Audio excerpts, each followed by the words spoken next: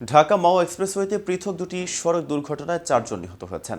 গতকাল বৃহস্পতিবার রাতে মুন্সিগঞ্জের সিরাজদি খানের নিমতলা ও আজ শুক্রবার ভোরে শ্রীনগরের হাসারা এলাকায় এই দুর্ঘটনা ঘটে। এ তথ্য নিশ্চিত করেছেন হাসারা হাইওয়ে থানার ভারপ্রাপ্ত কর্মকর্তা আব্দুল কাদের জিলানী। সিরাজদি খান উপজেলার কেআইন ইউনিয়নের নিমতলা এলাকায় গতকাল রাত 11:30টার দিকে এক্সপ্রেসওয়েতে থেমে থাকা কাভার্ড ভ্যানের পেছনে বাসের ধাক্কায় 2 জন নিহত ও 5 জন আহত হয়েছেন।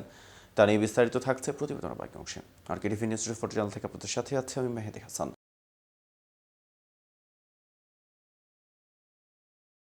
পুলিশ ও স্থানীয় সূত্রে জানা যায়, গতকাল রাতে ঘন কুয়াশার মধ্যে দ্রুত গতিতে থাকা শ্রীনগরগামী রুটের আবদুল্লাহপুর পরিবহনের একটি বাস যাত্রী নিয়ে শ্রীগড়ের দিকে যাচ্ছিল।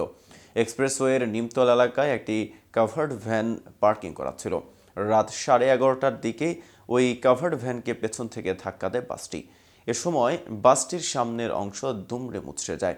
বাসের 7 যাত্রীকে উদ্ধার করে শ্রীনগর স্বাস্থ্য কমপ্লেক্সে পাঠানো হয়।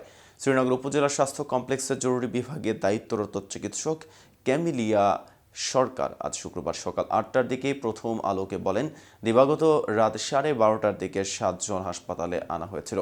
তাদের মধ্যে 2 জন মৃত ছিলেন। অন্য 5 জনের মধ্যে একজনের অবস্থা গুরুতর ছিল, তাকে প্রাথমিক চিকিৎসা দিয়ে ঢাকায় পাঠানো হয়েছে। অন্য আহত ব্যক্তিদের বিভিন্ন পরীক্ষা নিরীক্ষা দিয়ে ছেড়ে দেওয়া হয়েছে। শ্রীনগর উপজেলার হাসারা এলাকায় ভোর 4:45টার দিকে পূর্বাশা পরিবহনের ঢাকাগামী একটি বাস পেছন থেকে আরেকটি যানবাহনকে ধাক্কা দেয়। এ সময় বাস চালকের সহকারী ও সুপারভাইজার গুরুতর আহত হন। উদ্ধার করে হাসপাতালে নেওয়ার পথে ওই 2 জনের মৃত্যু হয়। তাৎক্ষণিকভাবেই তাদের নাম পরিচয় জানা যায়নি। এদিকে ঘন কুয়াশার দাপট আজও রয়েছে দেশ জুড়ে। আজ শুক্রবার ছুটির দিন সকালে রাজধানীর আকাশ গতকাল বৃহস্পতিবারের মতোই কুয়াশায় ঢেকে আছে। শীতের অনুভূতিও বেড়েছে। এর মধ্যে দেশের অন্যতম 6 স্থানে শৈত্যপ্রবাহ শুরু হয়েছে। আবহাওয়া অধিদপ্তরের সূত্র জানিয়েছে, আজ সারা দিনে কুয়াশা কমার লক্ষণ নেই।